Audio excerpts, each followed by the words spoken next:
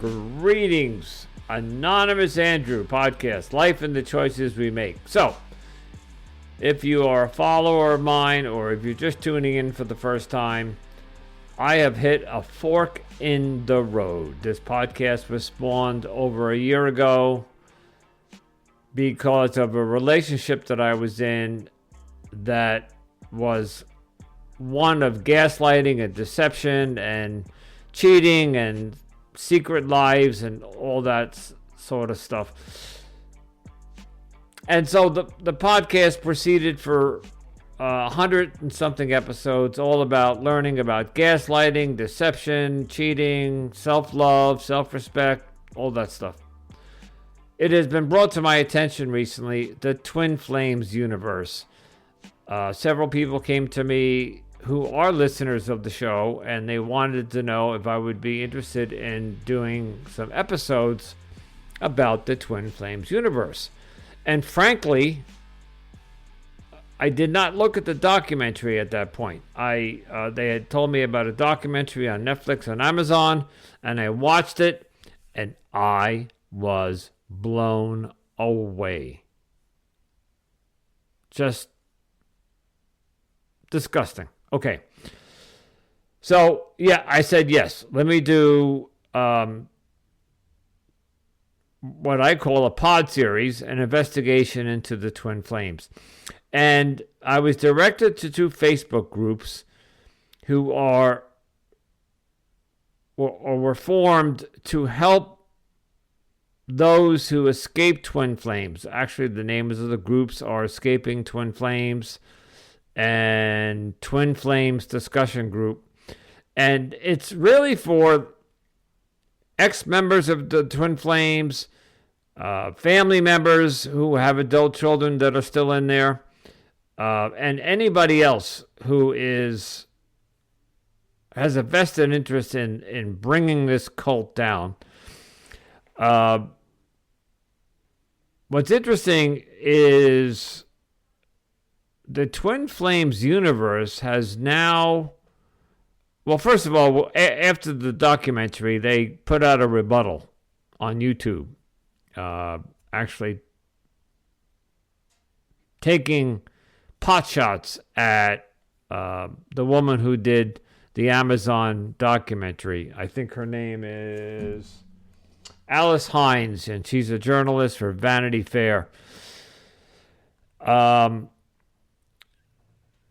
They rebutted the documentary, and from what I understand, they then shut down their public relations department. They decided to do no more interviews. Yesterday, so let me just bring you up to date. So this episode will be episode number 6 in my series of investigating the Twin Flames universe. I have had on several people who explain to us what the Twin Flames concept is all about. I have 2 people that have come on who, one knew Megan Plant before when she was in high school, before she met Jeff, and another woman actually rented part of her house out to Jeff and Shalia in 2016, and they were not the Twin Flames universe at that point, but they were doing their YouTube videos, getting ready, I think, to launch the Twin Flames, although I don't think they knew at the time what they were doing or where they were headed. You got to go back and listen to that episode. But yesterday, I was, or 2 days ago, I was at work, and I looked down on my phone because I got a notification from TikTok. And yes, I have a TikTok account with Anonymous Andrew on there.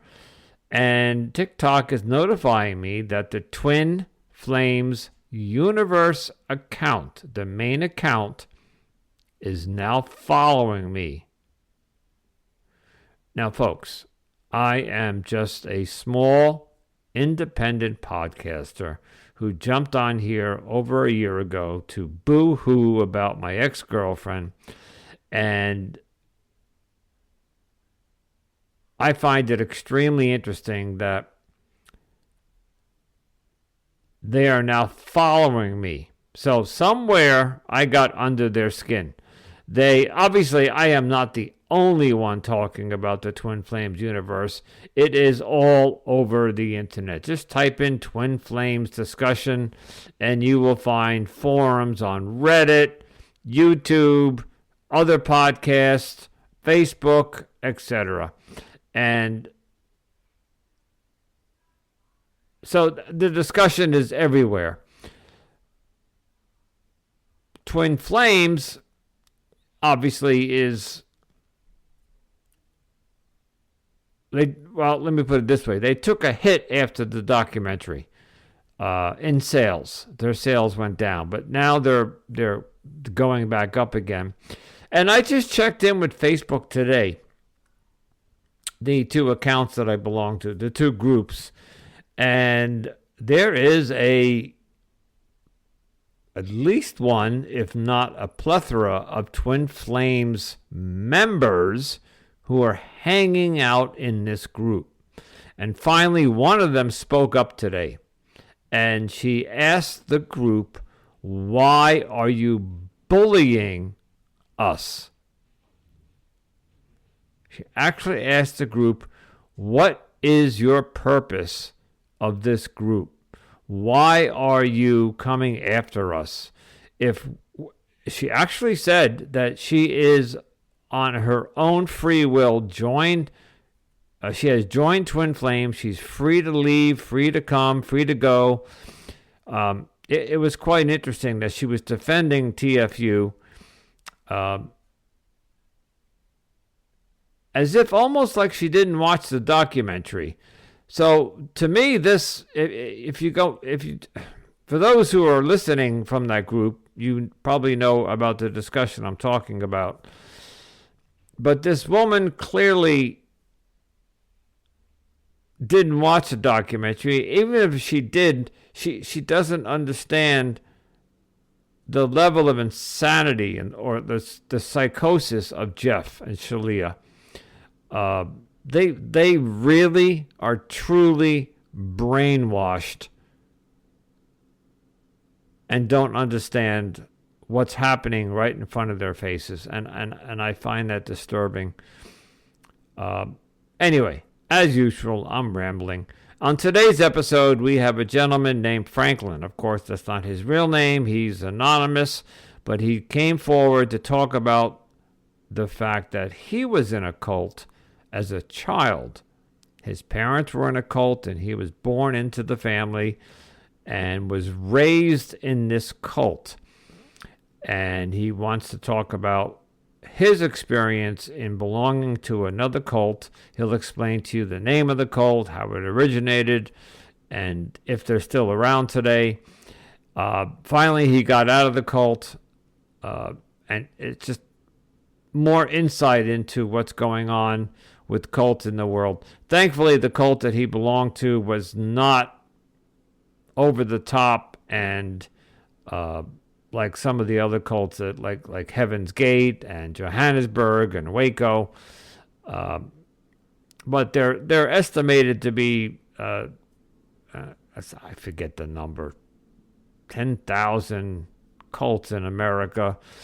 It's always comes down to the degree of which the cult is manipulating its members.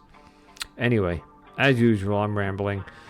Up next, my interview with Franklin, and he'll explain to you all about his cult and how he got out. And I hope you enjoyed the interview, and we'll talk on the other side.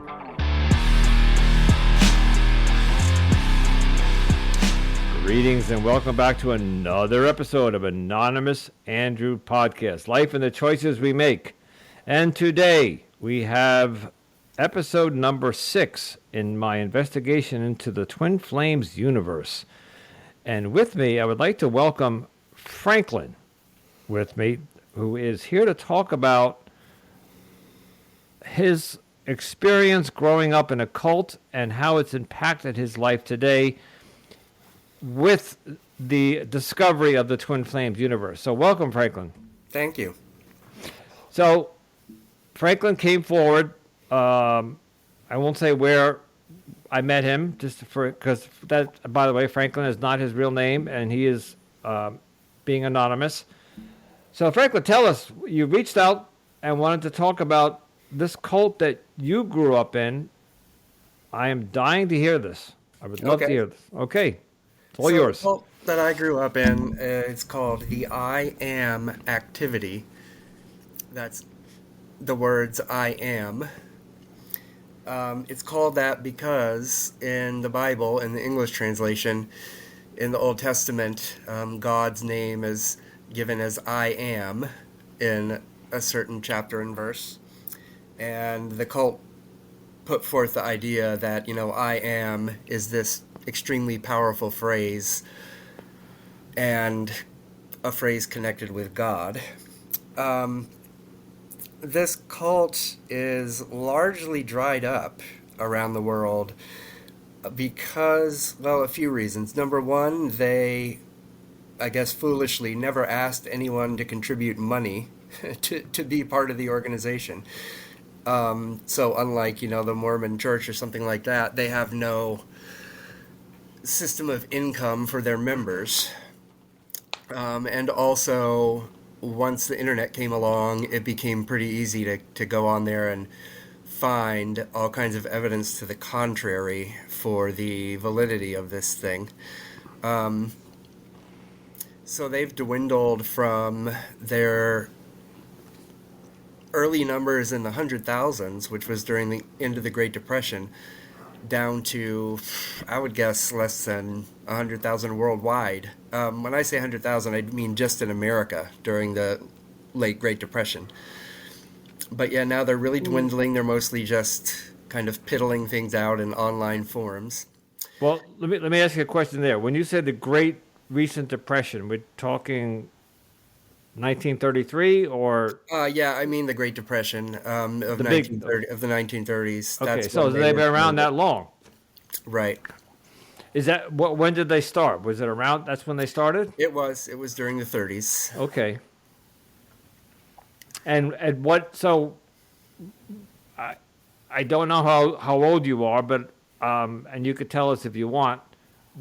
You when you say you were your parents involved with them, and that's how you got involved, or Yeah, that's right. My parents got involved in it when I was in elementary school. I believe probably fifth grade. Prior to that, they had been involved in a cult called Morning Land, like morning AM, Morning Land, all one word, which I think is still existing in some form. That's quite an extreme cult. The type that, like Twin Flames Universe, will tell you to, sever contact with your psychiatrist, psychologist, and your friends and family if necessary, if those people are interfering with your involvement in the religion. So that was Morning Land, and I was too young really to remember much about that one. But then they went into this I Am activity, and it was pretty mild as cults go. There wasn't really psychological manipulation or the demands for money. It was a cult to the extent in which it had a lot of strict rules, such as no drinking, no drugs, no marriage except for no sex except for procreation, no music essentially except the music that they made. where were they based initially? Initially, they were based near Chicago, a suburb of Chicago called Schaumburg.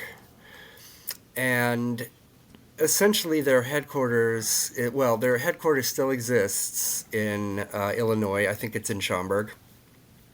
But the main center of the place was Mount Shasta, which is in Northern California, because every year during the summer, during July and August, a big group of them will gather there for what they call the conclave, which is basically you all hang out together all day, and then at night you go to church for 3 hours and say all these prayers out loud.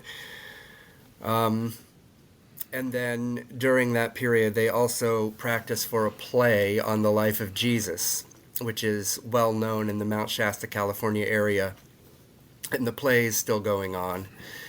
That property is quite amazing, actually. It's called Shasta Springs, and there is an actual mineral springs there. And prior to its acquisition by this cult, it was a really well-known resort during the 1930s, and presidents would go there for vacation at times and things like this.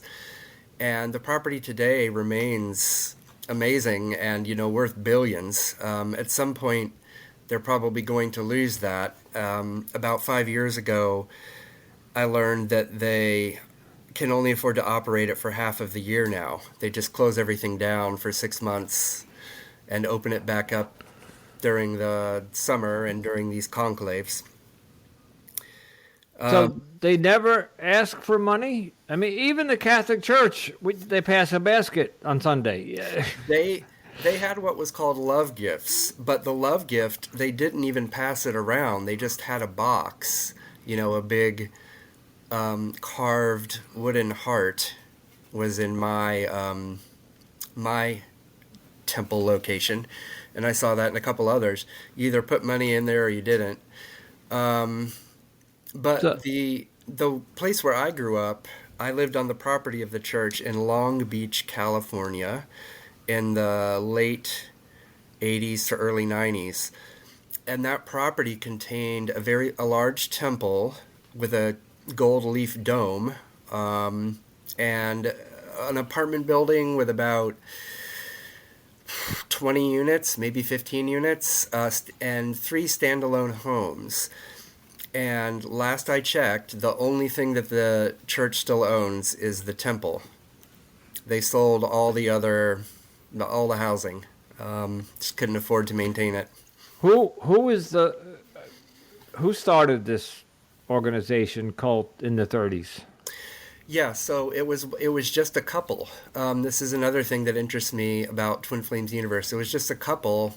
Their names were Edna and Guy, Guy, Ballard, Ballard.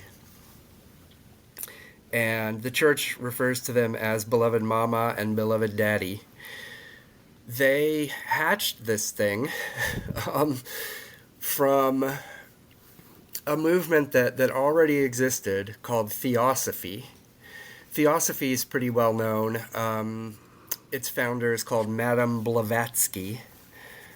And it's a whole family of teachings about these beings that are known as ascended masters. That could be people including Jesus, or anyone who basically lived life to a certain holy standard and then ascended into heaven and kind of has, street cred up there. But they just picked and chose gods from anywhere. They have a lot of Eastern religion gods and goddesses in there. They have the main figure, Saint Germain, who was an actual count who lived in France, and was like a mysterious dude. He was associated with the alchemists and a kind of like occult, OCCULT, occult religions Occult. and sciences. Yeah. He's known for supposedly, being like 800 years old before he died. And he's also involved in discussions of reincarnation. Like he was also this person, he was also that person. The I Am activity claims that he was also Shakespeare. Oh, I can't remember who else. I've tried with all this reincarnation. I've tried to catch them red-handed with like accidentally picking 2 people whose lifespans overlapped, but I never found anything that outlandish. But yeah, so they say that like their founders used to be in former life George Washington, Benjamin Franklin. wow. Any heroic American figure. So that kind of interested me too, with Jeff in Twin Flames Universe saying, that he's some incarnation of Jesus or something. Yep. Mm-hmm. Which I guess I'll give him that with the horrible beard look and the long hair. But other than that, I don't see any resemblance. But Um, let me ask you a question, and yeah, because yes, he put out a couple of YouTube videos or many when he did grow the full beard. And look at me, I got the yeah, long hair, I have a goatee. I do right, not have a full beard, but with a little bit of filtering with AI today, I could make myself look like Jesus too. So right. just the fact that he puts out an image. As a matter of fact, I think he did this one day. I'm turning my head with my fingers on my chin, where he tried to do the profile, and then they put a picture of Jesus next to Yeah, him. So, it part of his psychological manipulation. Like, I look at me, I look like Jesus, so therefore I am Jesus. yeah, So, yeah. yeah. So, your parents, when you were born, they were already in part. By the way, do you have any siblings? No. Okay, so you're only child. Uh, I'm gonna take a wild guess that you were born around 1960, 70. Uh, 76. Okay, I just so look old right now. oh, no, you're younger than me, so that's why I was born in 60, so I figured I'd add 10, 15 years. Mhm. No, you look younger. So you're born and you were literally raised in this church, in this. I stayed in it till I was around 20.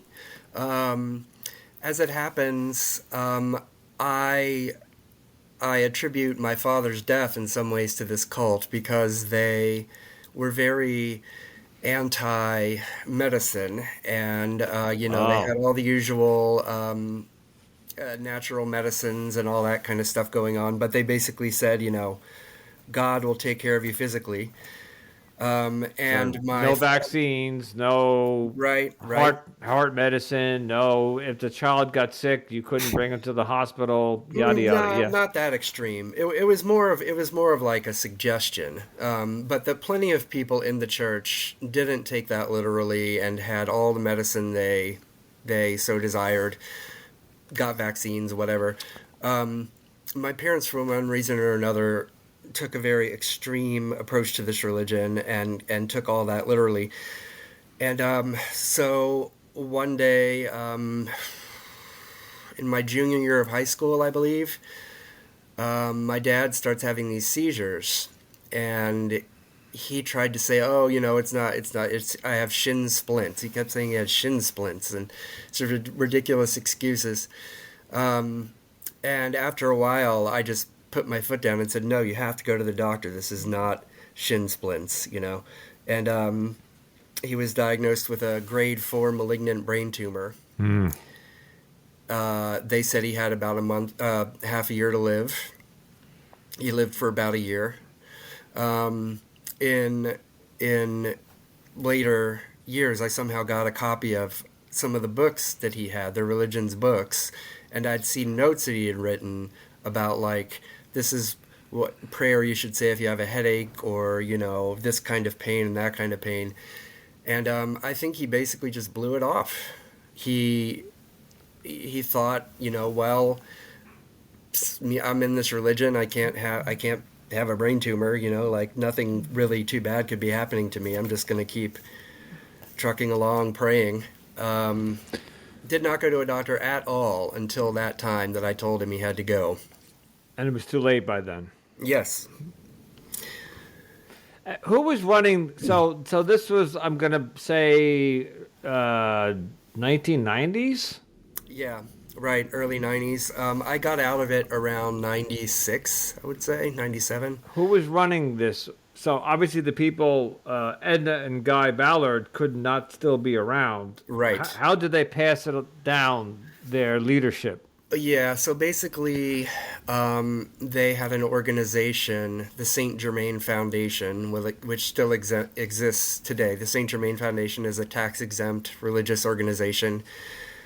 Um, as far as I know, their headquarters is still open in Illinois. and it became kind of an executive thing at that point. There wasn't someone appointed as like the spiritual leader taking over for them.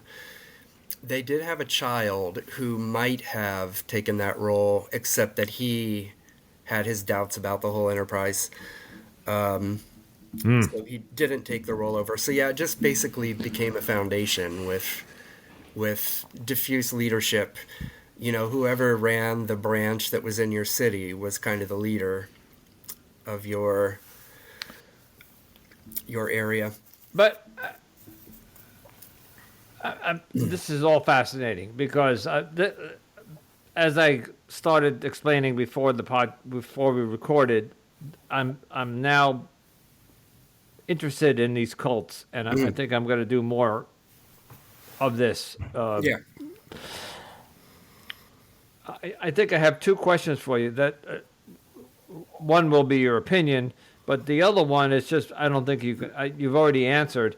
I just don't understand how they could keep going for. They'll be going almost 100 years because we're in 2024 without income. So, well,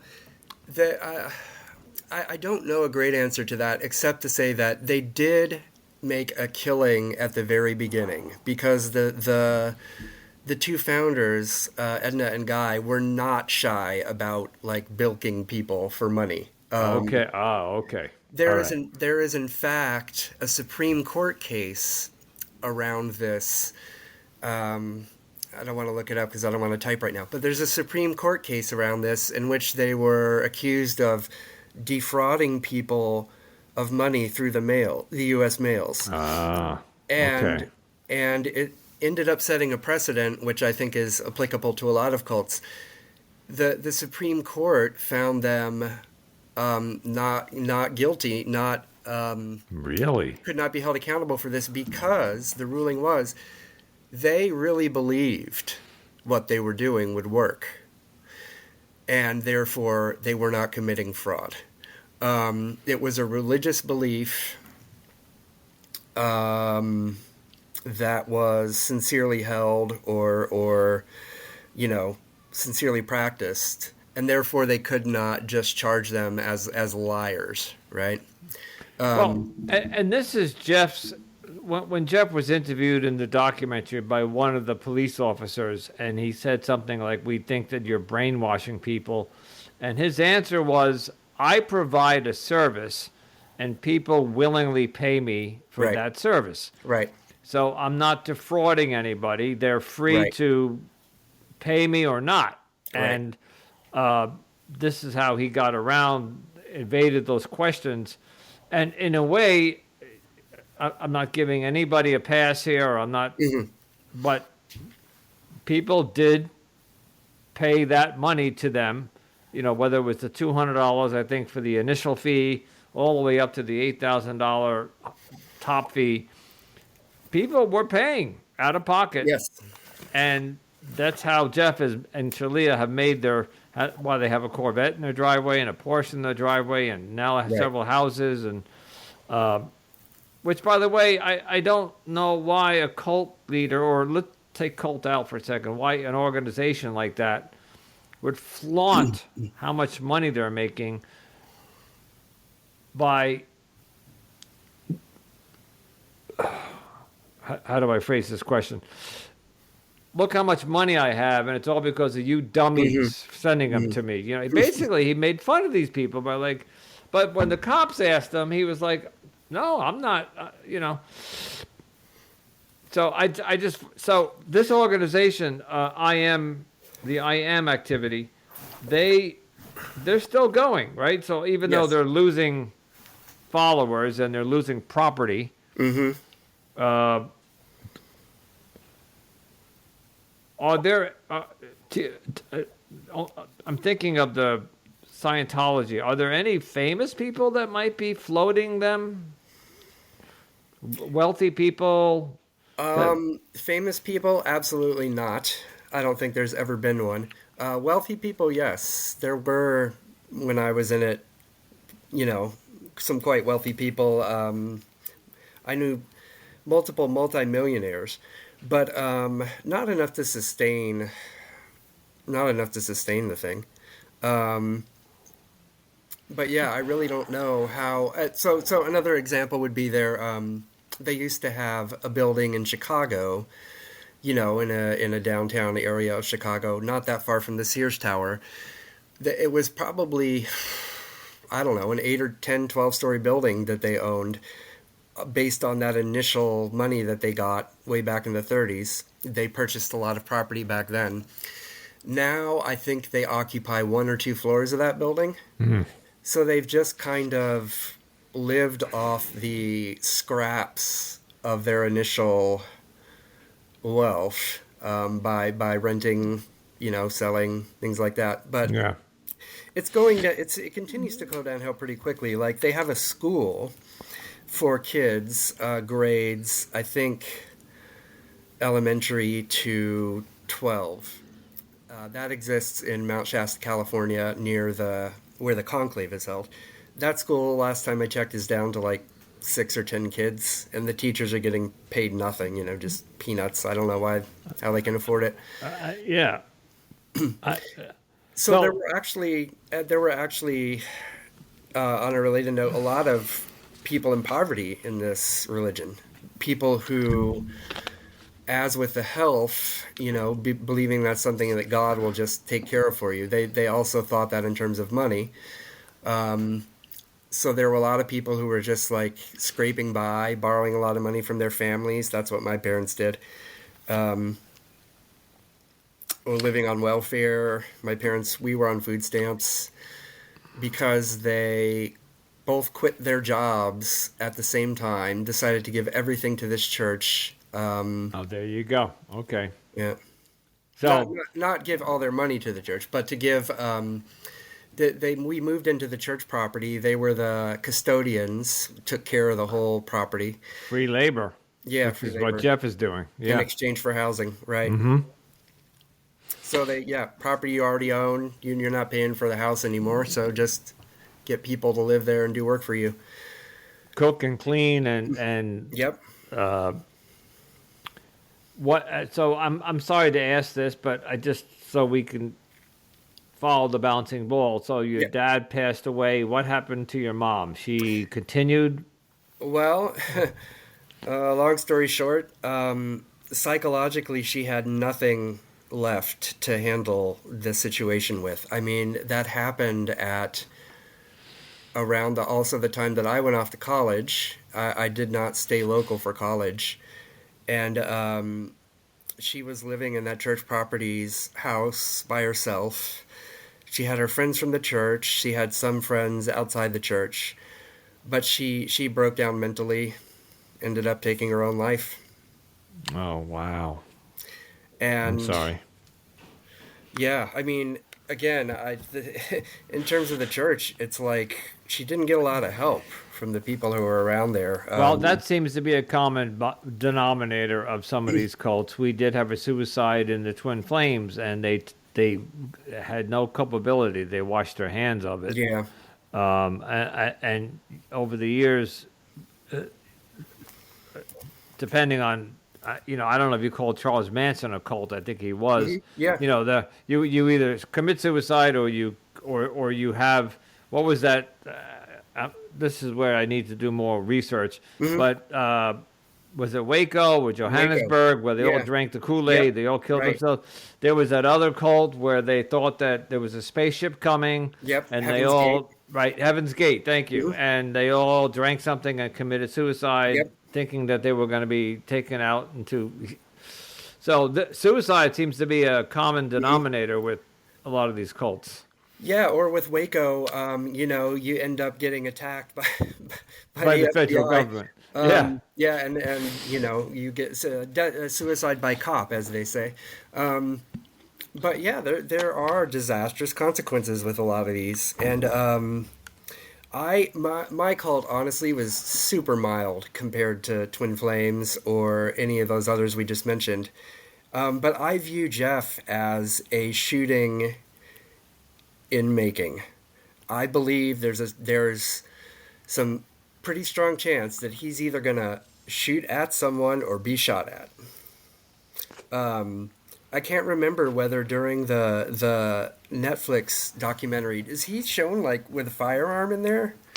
I looked, because that's on everybody's mind is how is this going to play out one Yeah, day, yeah, and I don't know if they have a stockpile, yeah. but it would not surprise me I if. mean, he lives in, rural Michigan. That's Right. not a good start.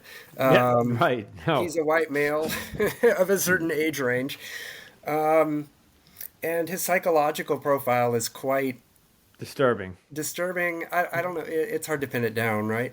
But yeah. So there's that. Then there's the fact that eventually, what I don't think he's really thought this out Through. very well in No. terms of the fact that he's No. manipulating a lot of vulnerable females, and he's not having to be confronted by the males in their lives or other very strong male figures on a regular basis, as far as I can tell. Or he's being shielded from them. Yes, well, one day he's not going to be able to run away from that, Right. and he's going to be surrounded or, caught off guard by someone who will inflict physical harm on him, or possibly a cop who just, decides to take the law into his own hands. But in keeping with what I said about my church and what I've said sometimes on the Twin Flames Exposed forum, like, I don't think there's any recourse against them right now. I mean, whether it's taxes or oh, well, you're lying or anything like that. I mean, if you look at our U.S. laws around religion and politics, for that matter, people can get away with murder, Oh yeah. and nothing's going to stop them, And again, I've mentioned this so many times to my audience, so just forgive me, but it just boggles my mind that in the documentary, and I think it happened in both, but more with I think her name was Alice Hines from Vanity Fair when she went there. That was the Amazon Yep, documentary. yep. The very first 10 minutes, the police show up and they question him, and they seem to be satisfied with the answers and said, "Thank you, have a nice day," and they walked out. Now, I have heard through the grapevine that there is a task force formed, that they are keeping a very close eye on them, Okay. and they're just waiting for them to make a mistake, Right. to f up, Right. and then they can come swooping in and Right. arrest them or something. Right. Do Well, you, that's great, but look at what they're doing now, and I'm saying that in our laws, our system of laws, what they're doing now is not effing up enough. yeah. Like, if they kept doing this, it would be awful, but it wouldn't be illegal. So, Well, let's talk about that for a second. They're if they're coercing or forcing people to have top surgery, like, so they're pairing off same-sex people and saying you're female, but you need to be the masculine, so Yep. off with your breasts. You must grow facial hair, and you're now the masculine energy in that reunion. At some point, that's people are gonna. I mean, the woman, I think her name was Alicia, who already was a trans woman. I think in the Netflix documentary, she ultimately left because she was LGBTQ, and she was fed up with how. So Jeff was taking advantage of that. He saw that some of his members were of this the homosexual variety, and he needed their money, and so he embraced them. And then you have the stalking, where he told you. So let's say he says to you that I'm your twin flame, whether I'm male or female, and you believe that to be true. So now you need to convince me that I'm your twin flame. So how many stalking and restraining orders have been issued? This is where I find the law enforcement at some point has to see is this is brainwashing. To tell you that I'm your twin flame and that you must go convince me of that. And so you go fly off to New York to try to convince me that I'm your, and I don't know who you are. You to come knock on my door one day and go, I'm your Right. twin flame. I'm going to call the police on you. Right. Yeah, I don't know. I feel like there he's got it worked out pretty well. Like the person who does the stalking gets busted, but he doesn't. And probably, according to our laws, rightfully so, I guess. I mean, I think it's probably not that hard to to worm your way out of that one.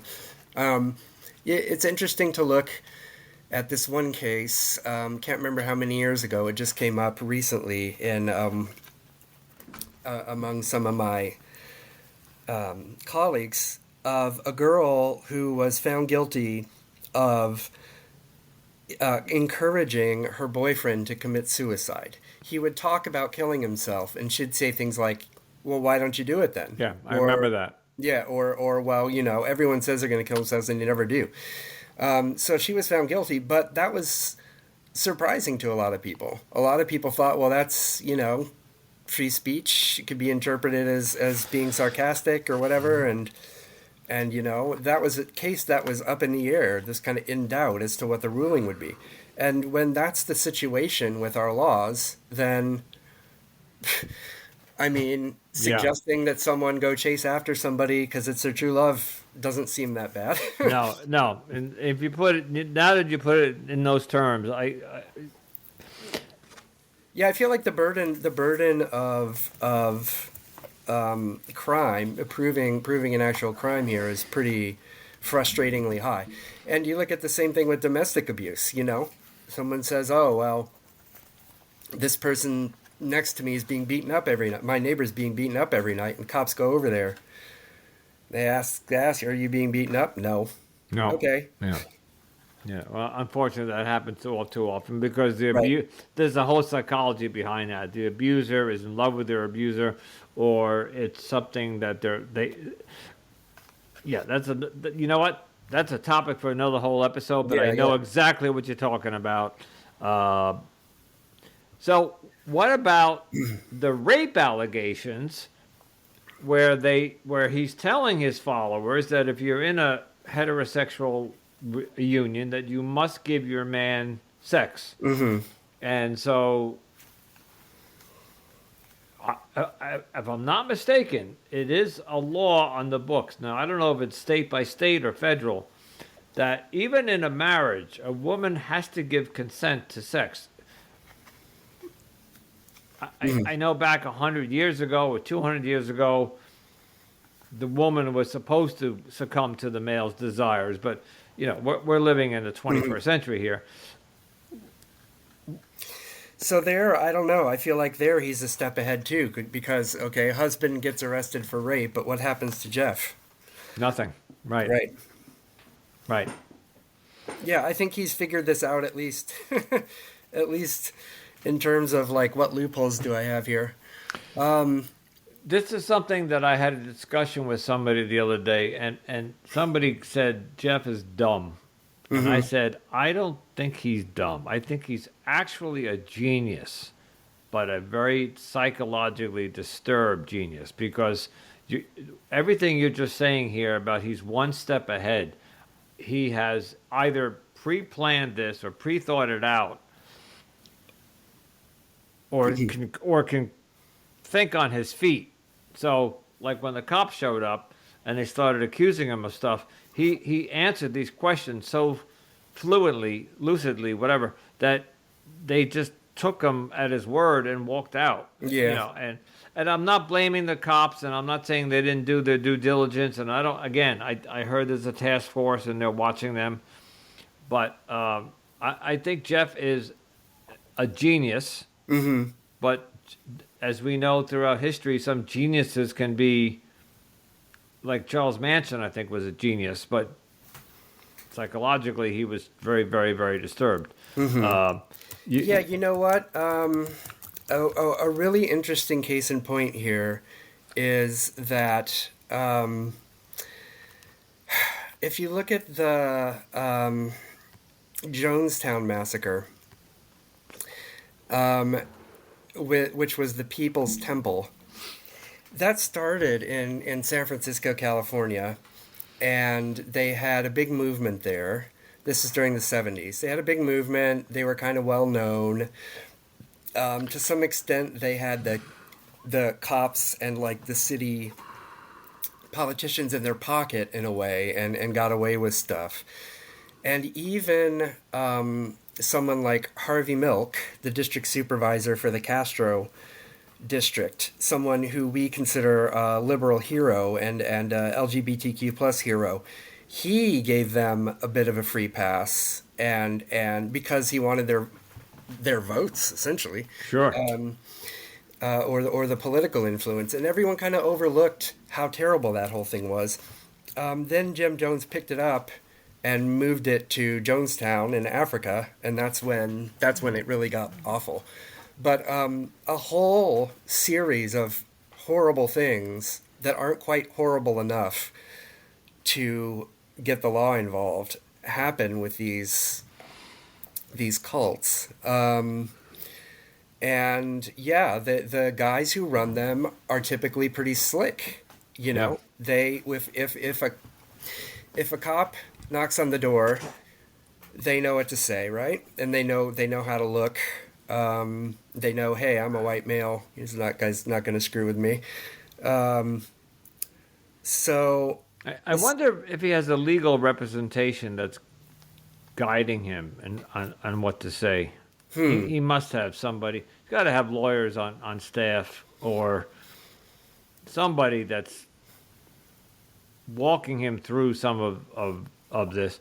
What's it going to take? Is it going to take Congress and the House of Representatives to come up with some new law that...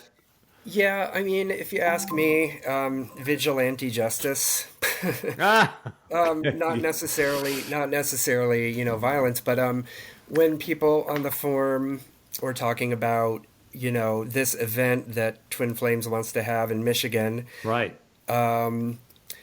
if people were to show up there in large numbers, confronting the whole thing, that would be quite a shock to the system, because there wouldn't be a way to write it off, or worm out of it. You'd be confronted with a bunch of people who know exactly what you're doing wrong and who aren't going to take no for an answer. And your followers would then see that happening and be like, ooh. But, in the documentary, there's that one mom who finally has enough and decides she's going to show up at one of the gatherings, but then she kind of doesn't really confront them. I can't remember what happened in the end of that with her, but that's because was one woman who went there and did that. Right. If you had a big group of tough-looking guys show up, it'd be a different story. I wonder if he has bodyguards. Probably either that, or he has arms and he thinks he can handle it himself. But so that option I don't favor. When people were talking about it on the forum, I was like, I wouldn't show up to that because I don't know what he's going to do. Right. But this cult, to me, I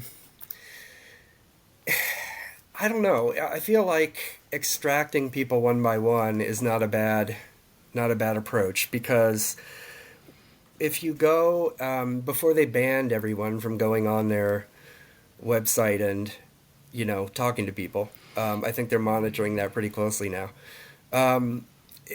People were getting in conversations on there that showed that a lot of them were reasonable and would listen to sound advice, and decide, okay, I'm not gonna screw this up, and try to stalk this person, or I'm not gonna mess with my marriage because it's not that bad, just to pursue some twin flame. I saw a lot of conversations like that going on there before it got moderated. So online discussions like that, I think could help. Well, and that's why I'm doing this podcast. Yeah. And I've said this 100 times. I think that the two discussion groups that we're involved in on Facebook are doing a fantastic service, and that's why I jumped in, and it was brought to my attention, and I wanted to contribute and then bring it off the pages of Facebook into the podcast world. Yeah. But I'm just one independent podcaster who is fairly new to podcasting. I'm in my second year, but if I can get, I have networks. I belong to podcasting networks, and as a matter of fact, I was just talking to a very good a gentleman who I belong to a podcast community, and I told him what I was doing. If I could network and get other podcasters to pick up on this, but the point is to keep this conversation going. Yeah. Whether it's on social media, whether it's on podcasting, on YouTube. I think while Amazon and Netflix did their due diligence, I think 60 Minutes should do something. I think CNN should do something. The more, like I have the Vanity Fair article by Alice Hines, and that got a lot of press. By the way, did you see Jeff's answer to this article? I saw a video of him responding to it. Yeah, it was quite disturbing. Yeah. Because I think Alice Hines is a very well recognized journalist and author, and you don't get to work for Vanity Fair if you don't have some credibility. I think too this one interests me. Jeff interests me because I don't know. This is kind of like a gut feeling, but he's not as nuts as some of these other cult leaders. Like I don't think a Kool-Aid, a mass suicide by drinking cyanide-laced Kool-Aid thing would take place in Twin Flames universe. I agree. I also don't think it would end the way Charles Manson's cult ended, or Heaven's Gate or Waco or something like that. I wonder if at some point, like, something will kick in and he'll just be like, I've made enough money off of this. Like, I could tone it down a little bit and still make a lot of money, because he could tone this. I mean, he could tone this down to the point where it didn't seem much different than like what you would hear from kind of a kooky therapist. I mean, in my world, it would be against the law to be to charge money for a psychic reading or like a tarot card thing, right? But those things are legit, and they're not nearly as harmful as this level of a cult. But I'm saying, like, maybe he will like fold at some point.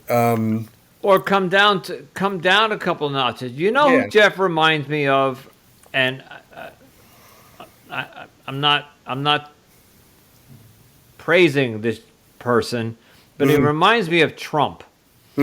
Trump, when he ran for president, had some great ideas, and he was a businessman who wanted to get the country back on track and bring jobs back and stop the immigration and all these other wonderful ideas. But he opened his mouth too much. Yeah. And he put his foot in his mouth, and he said stupid things, and that's what got him in trouble. And I think Jeff is doing the same thing. If Jeff wanted to offer a course on how I could better myself and therefore attract a mate, there are many dating coaches. I've interviewed 50 dating coaches on this podcast who offer a service for a fee that they will guide you through the dating process and help you find your mate. They will help you on the dating profiles. There are some matchmakers out there. All Jeff has to do is tone it down. Yeah. And stop with this top surgery, and stop with this. Yeah. You have to give sex to your husband, and is that what you're thinking? That maybe if you toned it down a little bit? I don't know. I mean, yes, but I thought about that a long time ago, and I thought, well, no, that's too obvious. Like, as I say, he's not as crazy as any of the spectacular failure cult leaders were. Yeah. But he is nuts, and Yeah. I think if he could have scaled it back, he would have. Like when he decided to take it up to the level of, okay, I'm just going to pick who these people's twin flames are, and they're all going to be women, and I'm going to encourage them to be lesbians. He was basically admitting that what he was doing wasn't working because Correct. people couldn't find their twin flame to their satisfaction. And he needed to take control of the whole thing and just assign them up. And then at least they would have that twin flame there without the whole searching forever for it. But at some point, you're going to realize that the person that he assigned to me is not my twin flame, especially if I have to grow a beard and take hormones and remove my breasts. Yeah. I think there I would think that his business model allows for that, let's say, because his business model is going to thrive on new customers, losing old customers but gaining new customers. And because the rates he charges are so high, I think he could absorb the losses. You know? Oh, yeah. Yeah. And since the documentary came out, I do believe the sales went down, but now he's bouncing back. Yeah. Because you know the expression, any publicity is good publicity. Yeah, for sure. So what? Even though Netflix and Amazon tried to expose him, it dented him a little bit, but then it made other people aware who are vulnerable, who are lonely, who are heartbroken, which is where I was a year and a half ago. Although I'm smart enough not to do anything crazy like this. I want to ask you, we have a few minutes left. I wanted to ask you where you are today. So you grew up in this cult, and at around 20 in college, you left and went on with your life. Yeah. Did you ever find your love? And are you married? And did being part of that cult affect you as an adult? Mm-hmm. Does it still affect you?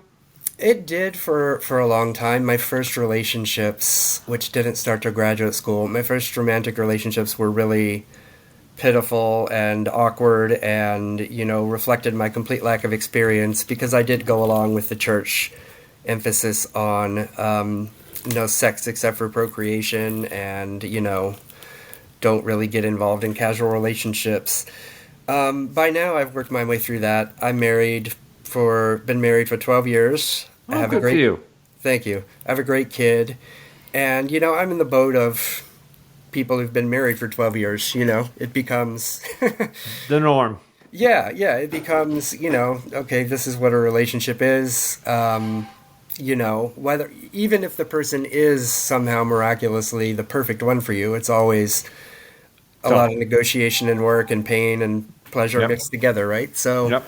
Oh yeah, I found that out the hard way. Yeah. So that's where I am. I feel like I've really overcome the cult background and just kind of think of it as humorous now, and I like to troll them once in a while. But now with this exposure of twin flames, which came out, I think the documentary came out last year, was it? Sometime. Yes. So did it trigger you, or you just kind of raised an eyebrow and said, "Oh, let me see what this is all about"? Because you seem you're hyped up about this. Yeah. It did trigger me at first. I think one of the worst things about these cults is how obviously false they are to anyone who has like a foot of distance from the thing. And like the cult that I grew up in wasn't as easy to pick apart. But with Jeff and TFU, it's like, what a nut job. Within 5 seconds that the guy's nuts. And yet he manages to pull this stuff off. So that did get me concerned and made me want to find a way to talk to people who are part of it to see if I could persuade them, because obviously the people in that documentary who left, they get it now, they figured something out, and now they're part of the solution. So yeah, I was pretty hyped up about it for a while. Now you've got me hyped up about this NXIVM one that you mentioned earlier.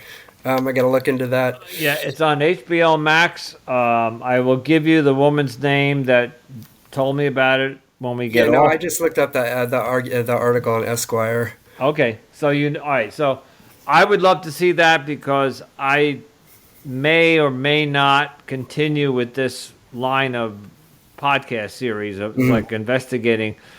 My podcast was started with this relationship that ended and how bad I was hurt and yada yada yada.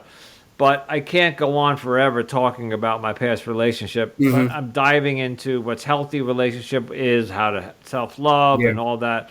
But now, with this twin flames concept, there are people coming forward talking about the Greek mythology, about where twin flames originated from the Greeks. There's some debate about that, but they're saying that a true twin flame just doesn't exist. That there's not somebody. So, what's the concept of a twin flame? You are one half of a soul of another person. So somewhere on this planet is your other soul, your other half of your soul. If you really logically think about it, it's nonsense. Right. So these were the Greeks who had very crazy, not crazy, but no, crazy is not the right word. The Greeks had some interesting philosophy, but I think twin flames was just something too woo-woo for me, So there's a lot to be researched in terms of cults, in terms of their focus on human sexuality and human love. That's definitely one of the centers of human experience that they try to take advantage of and manipulate. Let me ask you one final question, and then I'll let you end with some any final thoughts. What is your definition of a cult?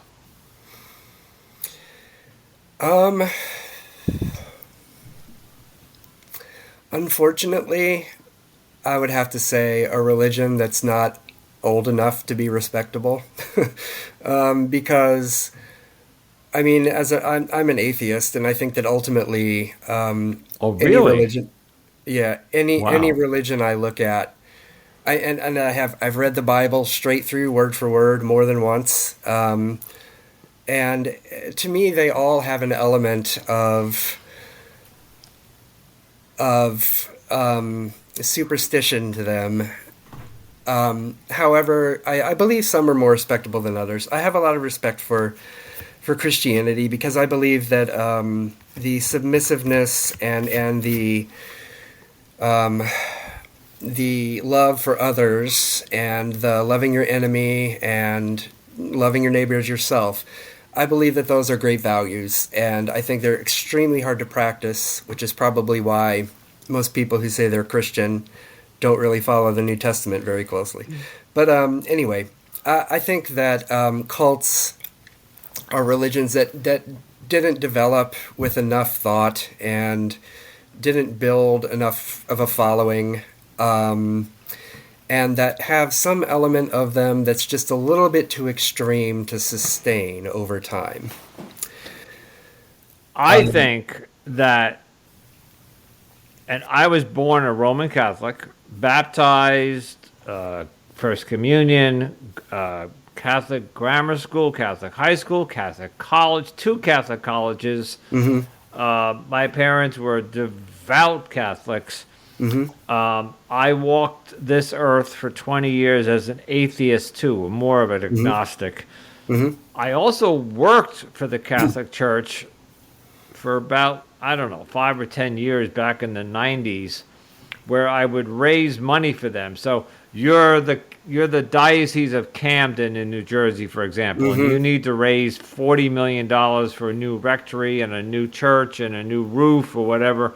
And they would bring my company. I didn't own the company. I was working at. They would bring this company in to do capital fundraising, and we would gather the parishioners together and say, hey, we need your money. We need donations to reach our goal of $40 million. And this company went around the nation working with all, but it was shocking to me what I saw behind, because I would stay in the rectories. So they would ship me down to Camden. They would ship me, I went to a couple of dioceses. I don't really want to name all of them. And I stayed sometime because it was cheaper to stay with the rectory. The amount of alcoholism and drug use in the Catholic Church, and let's not forget the pedophilia. Right. So while the Christianity was founded with Jesus and the Bible, and I think maybe all of that was a good thing, I think it has been twisted and contorted throughout 2,000 years, and today I think the Catholic Church out of Rome, the Vatican, is probably the biggest cult in the world. Yeah, that's an interesting way to look at a cult, is maybe a good idea run by the wrong people. Yes, okay, okay. I have a higher power who I choose to call God, because I'm in recovery from alcoholism, and I belong to a support group. It's called AA, and there are many people who think AA is a cult, but being a member of AA, it is not a cult. They don't force us to do anything. Donations are optional. They hand you 12 steps, and they say, if you follow these, we think your life will be better. And so it's not a cult. And I have 9 years sobriety coming up, and I am in a much better place than I was my entire life. Congratulations. Thank you. And there's no religion involved. People think AA is a religious organization. It's spiritual. Yes, the word God is used in some of the 12 steps, but it's a God of your understanding. And I had, like you, I had a problem coming in because I didn't want to believe in God. And like you, I was brought up in a very strict Catholic household where I was a choir boy, an altar boy, and my mom dragged me to Mass at 6 a.m. every morning, and it was drilled into me. Somewhat like you, when I got almost in college, when I all of a sudden was able to spread my wings, I was like, I looked back at my upbringing, and I said, this was all nonsense. So, and I decided to go off into the world and live my life, and I drifted very far from the Catholic Church, and that hurt my mom, because the day she passed, she was very. I even said to my mom, one day we had a conversation, and she was like, "Why don't you believe in God?" And I said to her, this is going to sound silly, but I said, "Mom, when you pass and you go to the other side that you think there is, contact me and let me know that there's another side." I've yet to hear from her. So, yeah. So, Mom, if you're listening, I'm waiting to hear from you. So, I don't know if that's how it works, but anyway. Franklin, I am just, first of all, thank you so much for coming forward. You taught me a lot today. I didn't know about half of what you talked about, and I think your perspective on the Twin Flames controversy is a very unique one, coming from that type of childhood, or that type of being part of that brainwashing. Well, would you say that I Am activity brainwashed people?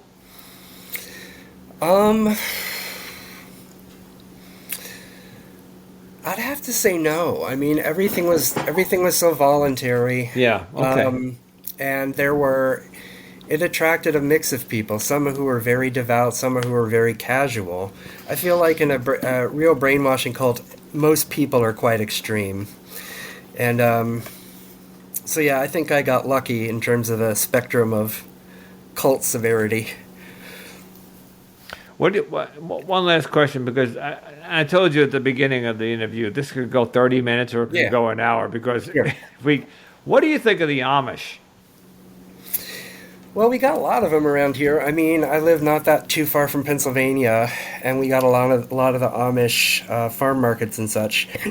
Um, I didn't like their hands-off response to COVID, but other than that, I've got no complaints. You don't really. It's like you don't get to know them.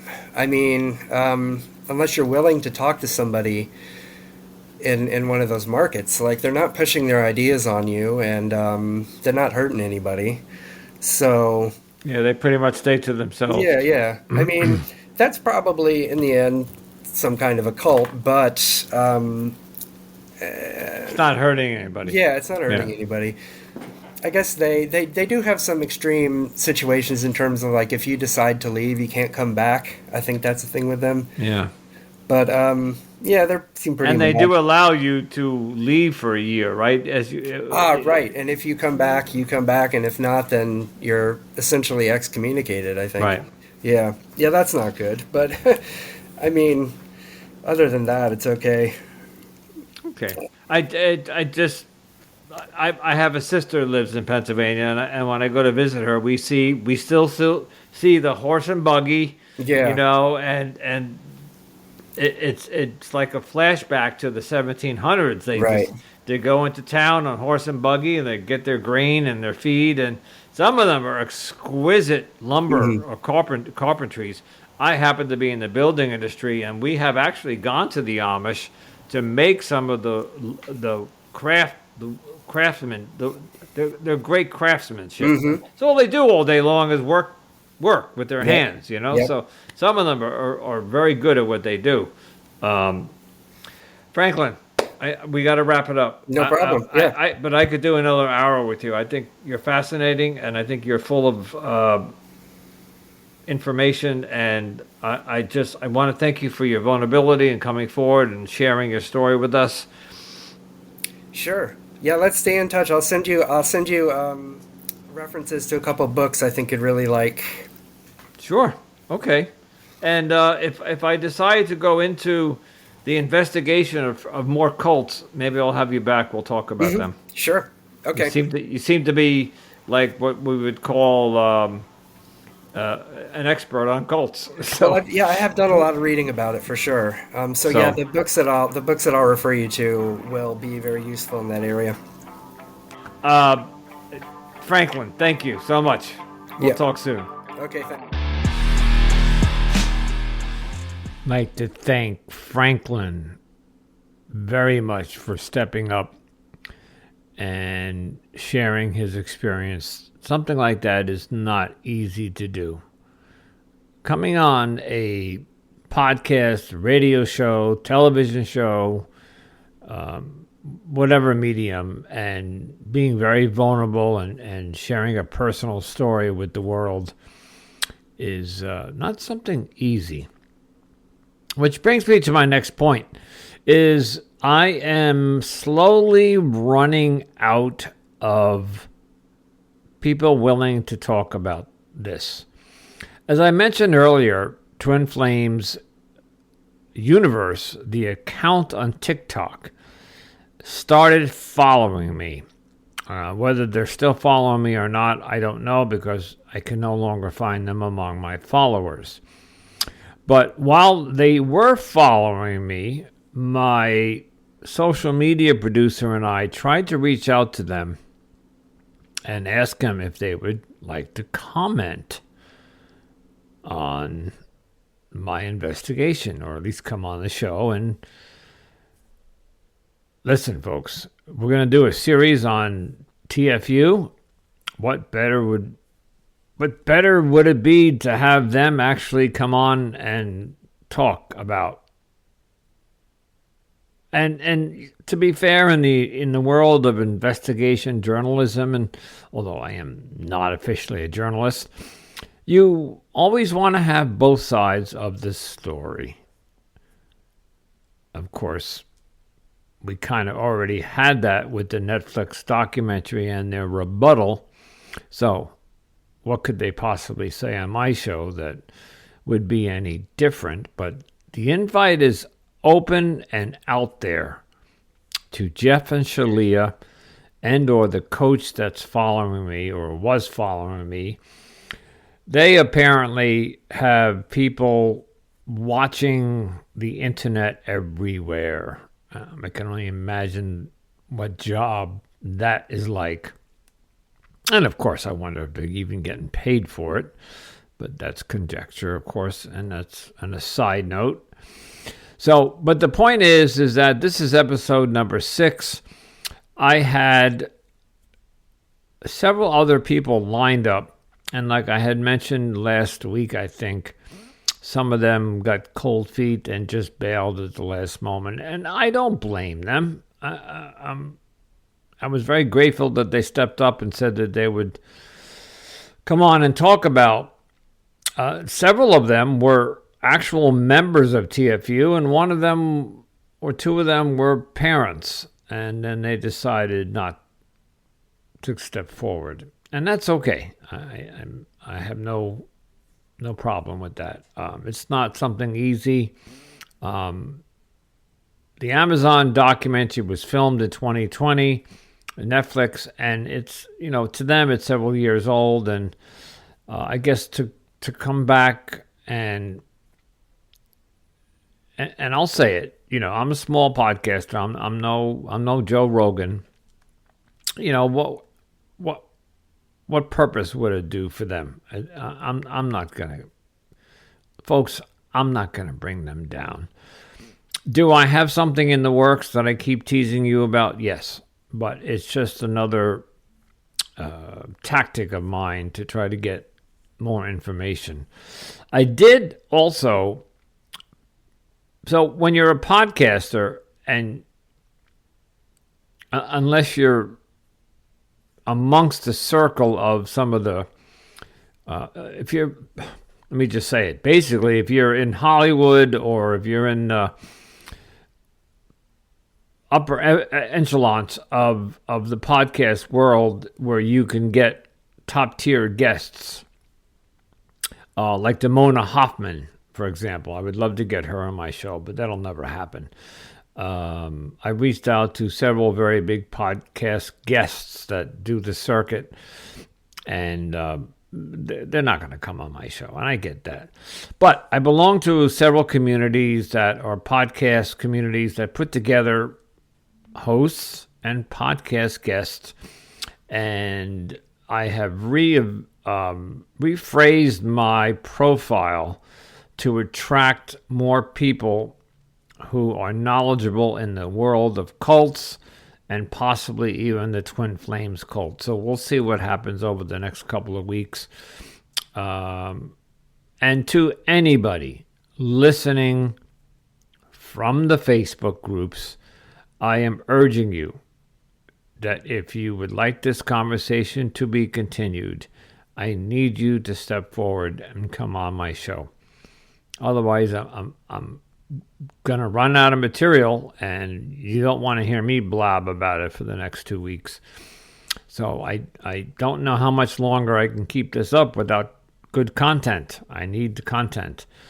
So anyway, if you're enjoying any part of this podcast, whether it's prior to my Twin Flames investigation or the investigation itself, I urge you to take a few minutes and go down to, if you're on Apple, leave me a review. If you're on Spotify, you can review each episode. Maybe tell a friend, pass this podcast along to somebody who might be struggling in a relationship.